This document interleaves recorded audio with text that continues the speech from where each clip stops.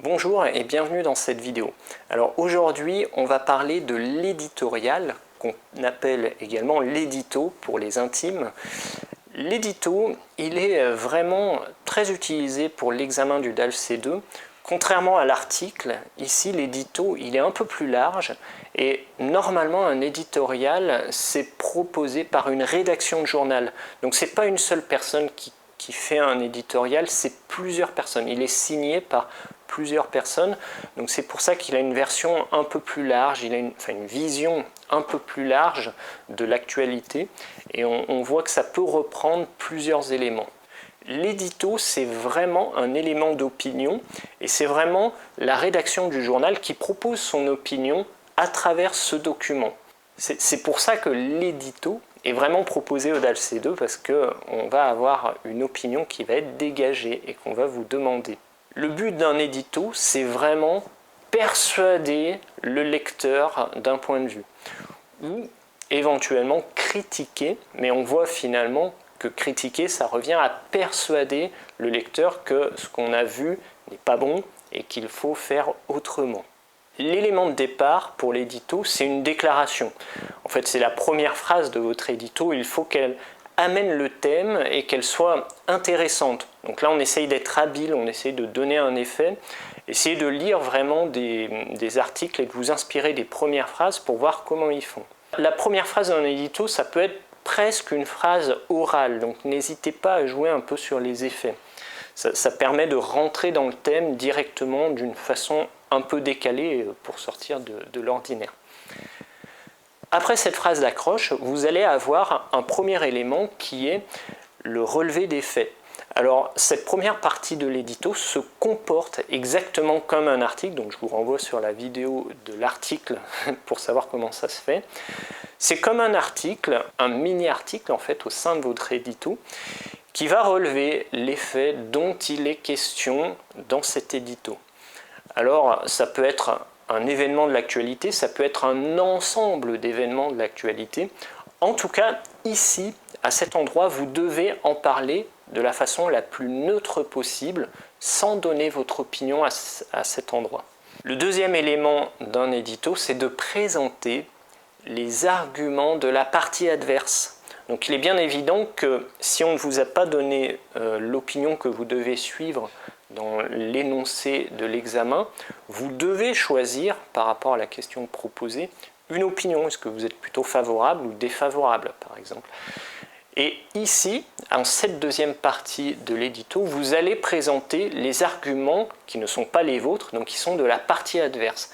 Et souvent, on va vous proposer dans les documents plusieurs points de vue, et c'est ici que vous devrez, bien sûr, réutiliser un peu les opinions qui ont été dégagées dans les documents. Ça montre vraiment que vous avez compris ce que vous avez lu. Et c'est en quelque sorte la partie compréhension écrite que vous faites ici. Après avoir présenté les arguments de la partie adverse, vous allez pouvoir présenter enfin vos propres arguments. Et vos propres arguments, donc c'est un paragraphe complet. Là, vous allez pouvoir donner votre opinion. Un premier tiers est consacré au résumé des faits, au résumé des événements de l'actualité. Le deuxième tiers est consacré aux arguments de la partie adverse. Et le troisième tiers est consacré à vos propres arguments. Vous voyez, on a un petit peu le pour, le contre, et puis voilà. Mais c'est pas tout à fait fini. Une fois que vous avez présenté vos arguments dans cette partie, il vous faut conclure par une solution qui est proposée. Alors c'est différent, donner des arguments qui vont dans votre sens et donner une solution, c'est pas tout à fait la même chose. Je vous donne un exemple. On dit dans l'écologie, par exemple, que le train émet moins de CO2 que l'avion. Donc je présente par exemple les arguments de la partie adverse qui disent que l'avion va beaucoup plus vite et qu'on gagne du temps, donc de l'argent, et cet argent on peut le réinvestir dans des projets écologiques par exemple. Donc voilà, c'est les arguments de la partie adverse qui privilégient l'avion. De mon côté, moi mes arguments c'est de dire comme le train est peut-être plus lent, ok, mais il émet moins de CO2, il émet moins de gaz carbonique, donc ça protège la planète directement. On pollue moins et on prend un peu plus notre temps. Donc ça, ce sont mes arguments. Maintenant, la solution que je propose, c'est de dire, voilà, l'avion, ok, c'est rapide, c'est bien, mais le prix est vraiment pas cher, donc on doit remonter les prix de l'avion, on ne doit pas interdire d'utiliser l'avion. Par contre, on peut réviser les prix, car à chaque fois, le train est souvent plus cher que l'avion. Donc ça, c'est un peu ironique face à l'écologie. Et si on remonte les prix de l'avion, si on remonte les taxes qui sont imposées sur les carburants d'avion, on aura un équilibre des forces et on trouvera vraiment un compromis. Voilà, donc vous voyez, argument de la partie adverse à mes arguments et enfin la solution que je propose. Ici, vous avez presque fini votre éditorial.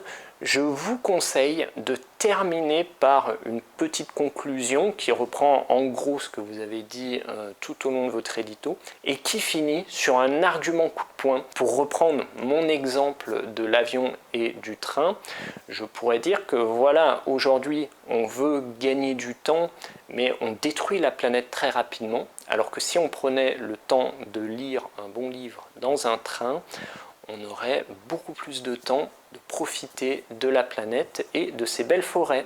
L'exemple que je vous ai proposé n'était peut-être pas un très bon argument, mais en tout cas, vous voyez l'idée, il faut proposer une dernière image qui va rester auprès du lecteur.